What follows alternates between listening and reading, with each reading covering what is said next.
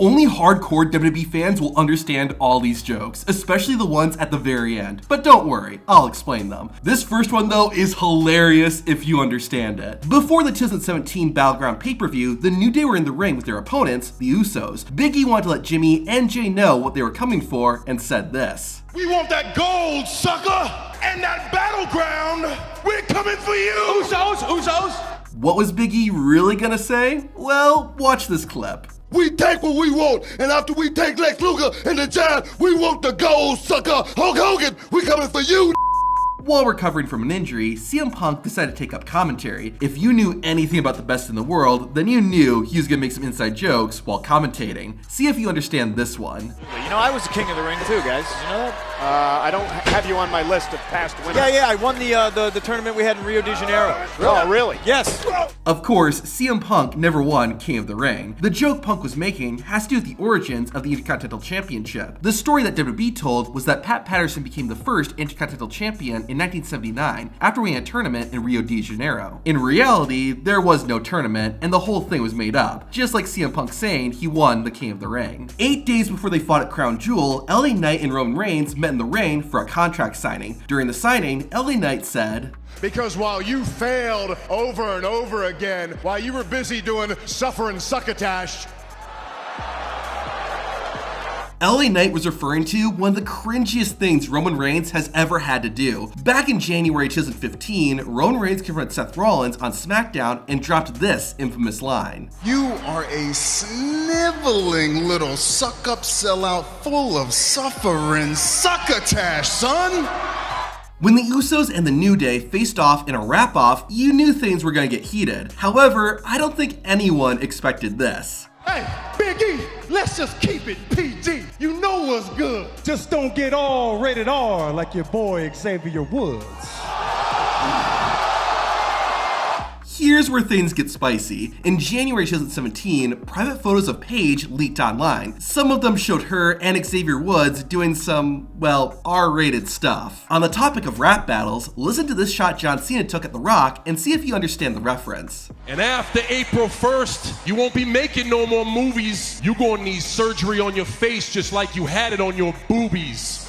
No, John Cena was not making that up. The Rock did have a boob job, sort of. In the late 90s, The Rock underwent gynecomastia surgery. It's a procedure for men that corrects overdeveloped or enlarged breasts. The People's Champ had an excess amount of tissue on his chest, so in 1998, he went under the knife. In fact, rumor has it that the reason The Rock briefly wrestled with a shirt on was because his body was healing from the surgery. This next one has been a running joke for over 20 years. At the Beware of Dog pay-per-view in 1996, WWE was promoting their online chat by showing Shawn Michaels using the service. What made it hilarious was it looked like HBK was using a computer for the first time. This became a running joke. Anytime a computer was put in front of Shawn Michaels, he always had trouble or had no idea how it worked. Finally, in 2020 at NXT TakeOver in Your House, it came full circle, with Michaels, Triple H, and Road Dogg all having technical difficulties. Who says WWE doesn't do long-term storytelling? This next inside joke shows just how much of a team player Randy Orton is. In 2016, Edge and Christian got their own show on the WWE Network. It consisted of a bunch of skits, and one episode featured Randy Orton. In the skit, Edge played a doctor helping Randy work through his issues. This was a spoof on Randy Orton taking anger management classes in real life back in 2006 due to him having trouble controlling his temper. However, see if you get this joke. Where's the restroom?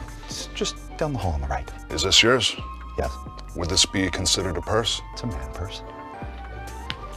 I hate to tell you this, but Randy Orton actually did this in real life. Kind of. In 2003, a woman named Rochelle Lowen joined WWE and worked as a valet. She wasn't familiar with wrestling and didn't know everyone's name, which led to a problem when Lowen bumped into Randy Orton backstage. Orton was upset that she didn't know who he was, so he snuck into the women's locker room and put lotion and baby oil into one of Rochelle Lowen's bags. Probably because it resembled it, the story became that Randy Orton crapped inside Lowen's bag. Now you see why Randy Orton needed to go to anger management class. Take a listen to this next clip and see if you know who John Cena is referring to. Hey, John. Hey, listen up, Braden Walker. It's Brad Maddox.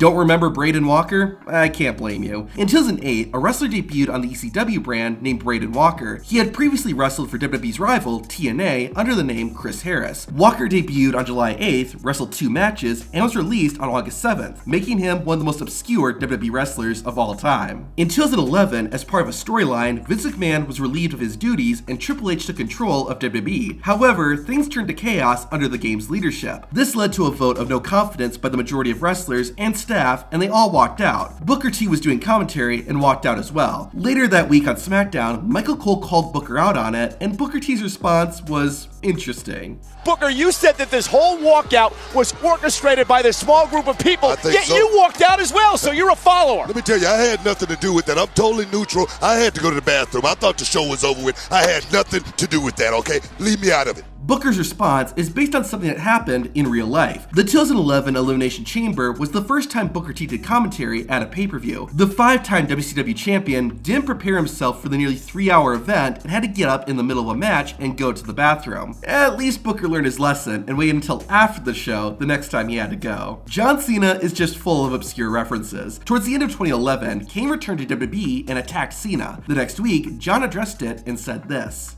What I don't understand is the fact that there is a monster on the loose. A monster who wears a red mask, covers himself in fire, and gets real and easy around the holidays or trips to the dentist.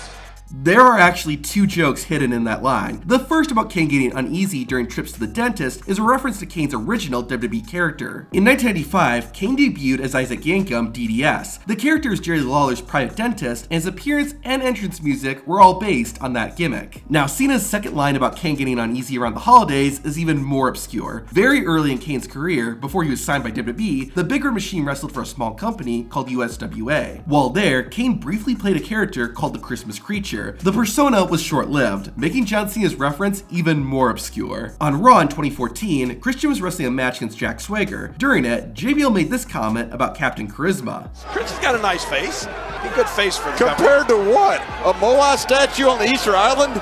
A blue dot would look better than Christian's face. Okay, get ready to hear this joke explained. So, during a plane ride, a WWE writer was talking to Vince McMahon. McMahon shared with the writer they didn't like Christian's face and called it ratty. Vince then suggested they should do the Kennedy gimmick. No, not Mr. Kennedy. The Kennedy McMahon was referring to was William Kennedy Smith, who was charged in 1991 with raping a woman. During the trial, the woman who accused Kennedy had her face hidden by a blue dot on TV. When Vince McMahon said they should do the Kennedy gimmick, he meant putting a blue dot over Christian's face. Of course, this is a joke by Vince McMahon, but nevertheless, it carried on for years and years. Now Christian and blue dots are inseparable. Speaking of Vince McMahon, I wonder if he regretted making this joke. In the 80s, WWE introduced a wrestler named Virgil, who was the bodyguard / manservant of the $1 Million Man, Ted DiBiase. Now the name Virgil was very intentional. Dusty Rhodes was the booker for one of WWE's competitors, Jim Crockett Promotions, which eventually became WCW. Dusty Rhodes' real name was Virgil, so naming a wrestler after him was a joke. Ironically, Virgil the wrestler eventually started working